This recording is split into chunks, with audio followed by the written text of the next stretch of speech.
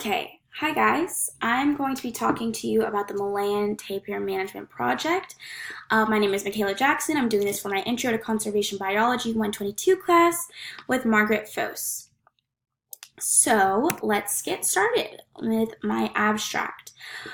The Malayan tapir is considered endangered by the IUCN Red List. That means if actions aren't taken soon, they could go completely extinct, and that would have devastating effects on the ecosystem since they provide actions that are vital. Looking at important setbacks that prevent tapirs from having large population is important. Low population, being very individualistic, long pregnancy periods create a very small population. There's also certain attributes of HIPCO that affect the tapir in various ways. Not only that, but there's also limited data on these large land mammals. And by taking these key factors into account, I gathered the importance of creating a reserve in which collects large amounts of data that we could put into Malayan tapir database. So let's get started. Background. The Malayan tapir is otherwise known by its scientific name as the Tapirus indicus. They are pig-looking creatures, as you can see in the picture to the right. They have a miniature trunk. Its class is Mammalia, and its order is Perissodactyla. I hope I'm doing that justice. That means it's related to horses and rhinoceroses, which is quite interesting. There are 4 species of tapirs, and out of the 4, the Malayan is the largest, and it can get up to 650 pounds and be 7 to 8 feet long. I think this picture makes it look very small, but in reality, it's a very large mammal. So, location and place in the ecosystem. Malayan tapirs ranges from Burma and Thailand south, which is an Asian region. They thrive in tropical rainforests with lots of water.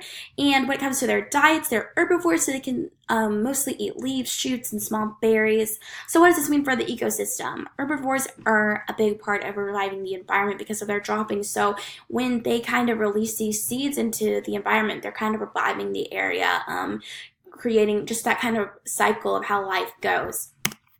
History and behavior. So Malayan tapirs are great with water. They almost mimic hippos with their ability to swim. Like we said before, they diverge from the mammal class, which makes them related to the horse and rhinoceros. The Malayan tapir birth their babies like humans through placenta, so it's important to note how long their pregnancy time is, but also they have such a limited conception time. They can only conceive during May and June, and their pregnancy period is over 13 months, so that's a long time. That's over a year. This equates to a very limited population, meaning that when there are hits to the community, they can take it very hard. Lastly, it's important to note that these animals like to be independent. There are rarely communities of tapirs, unless there's like a scarceness of food. So they're mostly going to be on their own. When they're together, that makes they get aggressive to one another and attempt to fight each other. So threats to Malayan tapirs, and this I've broken this down by HIPCO. So we're starting off with habitat destruction. According to the IUCN, that's where I'm going to get a majority of my information regarding threats to the Malayan tapir. Habitat loss is a major part of why they are endangered. Due to the development of housing in these regions and producing crops, these places where they used to call home are no longer safe and often subject to fragmentation. But this isn't really a surprise because habitat loss is really happening everywhere, and this is a key factor or key contributor to species loss. Invasive species.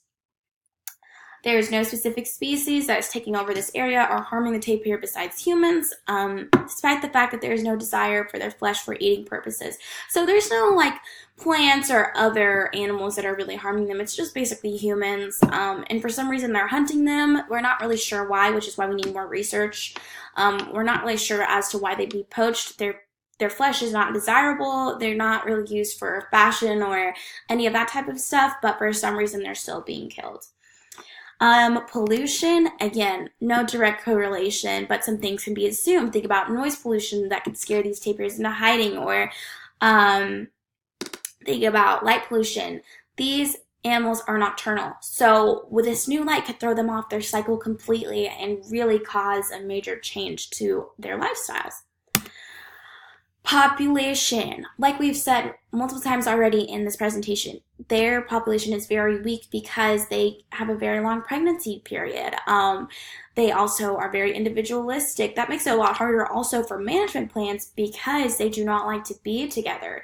They don't want to really put them all together and stuff like that because it would just cause problems. Climate change, again, not a major contributing factor, but it's just important to note, it's important to note why that if climate change were to continue and maybe water sources were to dry up, etc., this would really have a huge effect on the tapir. They depend a lot on water. They depend a lot on these fresh greens and shoots. So if that were to change, they would most likely perish. Overharvesting. There are major stressors on this habitat because of harvesting and kind of destruction, but specifically with the harvesting, non-timber crops, wood, mining around the area, if these places are drained of their resources, it won't just affect the tapir, the entire ecosystem will be harmed. So maybe educating this entire population or surrounding areas on how we have to make these land like this a priority and kind of put a value on them. So previous efforts. The World Tapir Conservation Project. They first addressed the problems that we kind of already addressed in this presentation, so individualistic lifestyle, reproduction right, etc. And then they talk about how they have conservationists with different ideas, such as in situ and ex situ outlooks. So that kind of makes it very diverse and kind of helps out to give like more ideas. A main portion of what they do is research. They look at existing habitats and see where the issues could arise. And that also helps because they can create a better plan. This is a very broad effort. It doesn't just focus in on the Malayan tapir, but on tapirs in general. So they have places set up in Brazil, Indonesia, Colombia. Specifically in Guatemala, they have system monitoring. They looked into a way to get government recognition. And what's important to note, I think, is how they have really gotten a lot of details on their website and make it very easy to find where their money is going and what they're doing overall and how they can be better and how they've taken projects and how they've been successful. Conservation of Malayan Tapirs and Fragmented Landscapes Project. The Foundation Segre, I'm saying this, I think it's wrong though because it was French, but it works under the IUCN World Tapir Conservation Project. The particular effort is focused in on the Malayan tapir, so that's awesome, but it's in the Sumatra region, which is what I'm going to be looking at also. They focus on protecting entire fragmented areas where tapirs could be in extreme danger. They put a focus on research, but also on public education. That's really important because, without educating the people, they won't really know why this is important. And so they make people aware of their planting methods, habitat destruction, etc. in order to make real steps. The last one I'm going to look at is the Tapir Conservation Project, and it's Houston partners with Brazil. So basically the Houston Zoo went and partnered with Brazil into putting tracking collars on tapirs in Brazil to collect data. And so this is really important. One of the top problems that I've already stated is that the IUCN makes it very clear that there's not a lot of information on the species. And so it makes it harder for conservation projects to be successful. By using tracking methods, we're able to kind of give them that individualism and kind of not interfere with how tapirs operate, but it's also important because, we're collecting that data. I think another really important thing to note is that all of these kind of look at their projects through the ecological evolutionary way of thinking. So basically taking our kind of recognizing that as humans, we have an ability and kind of not a need, but in kind of a need to help and better our earth and create conservation efforts that are actually doing something. So, proposed management plan. My management plan would be placed in Sumatra, specifically Sumatran Malayan. Specifically, the name is the Sumatran Malayan Tapir Reserve and Database.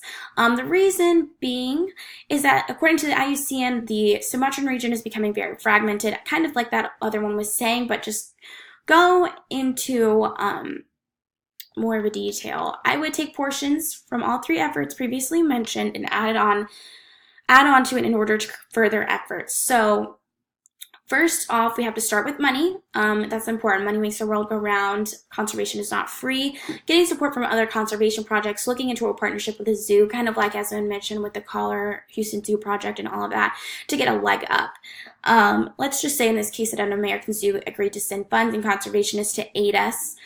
Secondly, I would locate these areas which are more at risk to be fragmented in the submersion region. So before they're fragmented, kind of getting a hold of that area and then getting in contact with the government and ask for them to allow this or kind of make it be recognized as a reserved area. So continued, if this worked out and we could become a recognized reserve, we can move forward as planned. So conservationists could come in and do intense research on the tapir's habitat as well as the tapirs themselves. This is probably the most important part. We need more data in order to further any other projects. I would also look into implementing the tracking collars which were presented in the Houston, Brazil project. This is a great way to get data without as much human interference. And then the biggest difference I would say would be having someone on site at all times. So someone who can collect data throughout. This does not have to be the same person. That's impossible. But varying from volunteers to conservationists, and then maybe looking into a way to provide jobs for local people and kind of create that kind of knowledge that can be spread out, maybe by wages. We could train them on how to collect this data and input it. We could create a database specifically for the Malayan tapir, and by doing so we can aid other conservation efforts. When searching up info on a database, I found like Wikipedia pages and scattered data, but creating an organized means of information would give conservationists like a streamlined directory of info. Like I said earlier, E.O. Wilson presented the idea of like the World Encyclopedia, and I really loved it, but I think if we can do multiple kind of small scales, like almost just like little subgenres, I think that's also very important. Success. So it's kind of important when you create these plans on how successful a project would be because there's so many depending factors. We would have to become approved to be a reserve, and then we'd have to be making sure we had it staffed, and that's really important. So it would depend on volunteers or if we were able to get people to work for wages. However, if those two things were to go smoothly, then we could ensure the amount of data collected would be immense. We could really create this kind of encyclopedia on the Malayan tapir and give other projects a leg up and give them information and ideas on what to do when they face problems. I really do believe that if the initial hurdles can be jumped, then things would be able to be not only beneficial to the Malayan tapirs, but also our future. Okay, so here I have a list of works cited, and then they're also kind of in throughout, and I hope you learned something from this, and I've had an awesome time this semester, and so thank you, Ms. Fos, for allowing us to do this presentation.